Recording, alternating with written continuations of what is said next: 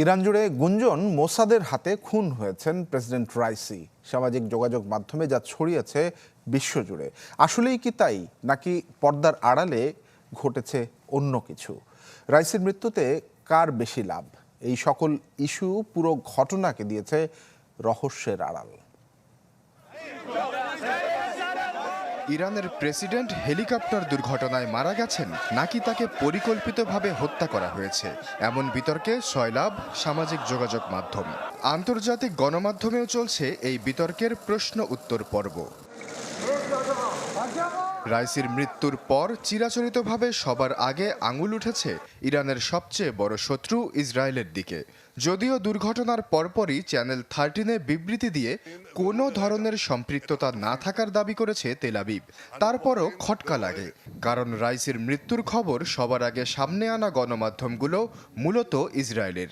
এমনকি তেহরানের চূড়ান্ত ঘোষণার আগেই প্রেসিডেন্টের মৃত্যুর সংবাদ নিশ্চিত করে তারা। তাই অনেকেরই দাবি, গেল মাসে ক্ষেপণাস্ত্র হামলা নিয়ে উত্তেজনার জেরে তাকে পৃথিবী থেকে সরিয়ে দিয়েছে মোসাদ। ওয়ালটন ফ্রিজ কিনে অনেকের মতো আপনিও হয়ে যেতে পারেন মিলেনিয়াল।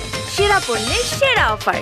ইরানের সামাজিক যোগাযোগ মাধ্যমে সবচেয়ে বেশি চাউর মোসাদের হাতেই খুন হয়েছেন রাইসি। রাইসি মরলে লাভ বেশি কার?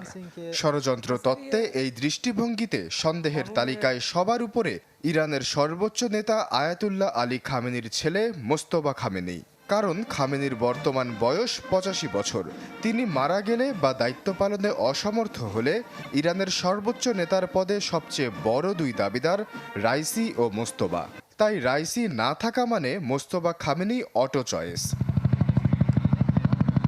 ষড়যন্ত্র তত্ত্বের আরেকটি ইস্যু হলো রাইসিকে বহন করা হেলিকপ্টার। পাকিস্তান ভিত্তিক এক তদন্ত সংস্থার দাবি, ওরার প্রাথমিক যোগ্যতাই ছিল না হেলিকপ্টারটির। মার্কিন নিষেধাজ্ঞার কারণে বিমানের যন্ত্রাংশ কিনতে পারে না ইরান। চোরা পথে আনা যন্ত্রাংশই দেশটির সম্বল। রাইসিকে বহনকারী বেল-2 1-2 হেলিকপ্টারটি ছিল অন্তত 30 বছরের পুরনো। তাই যারা তাবরিজের রুটে রাইসির ভ্রমণের জন্য এই আকাশযানটিকে বেছে নিয়েছিলেন, তারা আগে থেকেই জানতেন দুর্ঘটনার শঙ্কার কথা। তাই অনেকের মতে হয়তো জেনে শুনেই এমন কাণ্ড করেছিলেন কর্মকর্তারা। সামনে এসেছে ইরানের বিদ্রোহী গোষ্ঠী জইশ আল আদিলের নাম। রাইসি সরকারের কট্টর বিরোধী তারা।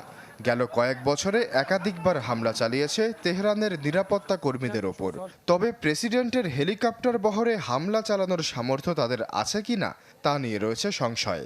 এছাড়া কপ্টারটি বিধ্বস্ত হয়েছে ইরানের উত্তর পশ্চিমাঞ্চলে, আর জইশ আল আদিলের কার্যক্রম মূলত দেশটির দক্ষিণ পূর্বাঞ্চলে পাকিস্তান সীমান্তে। আশ্বাস চৌধুরী, চ্যানেল 24।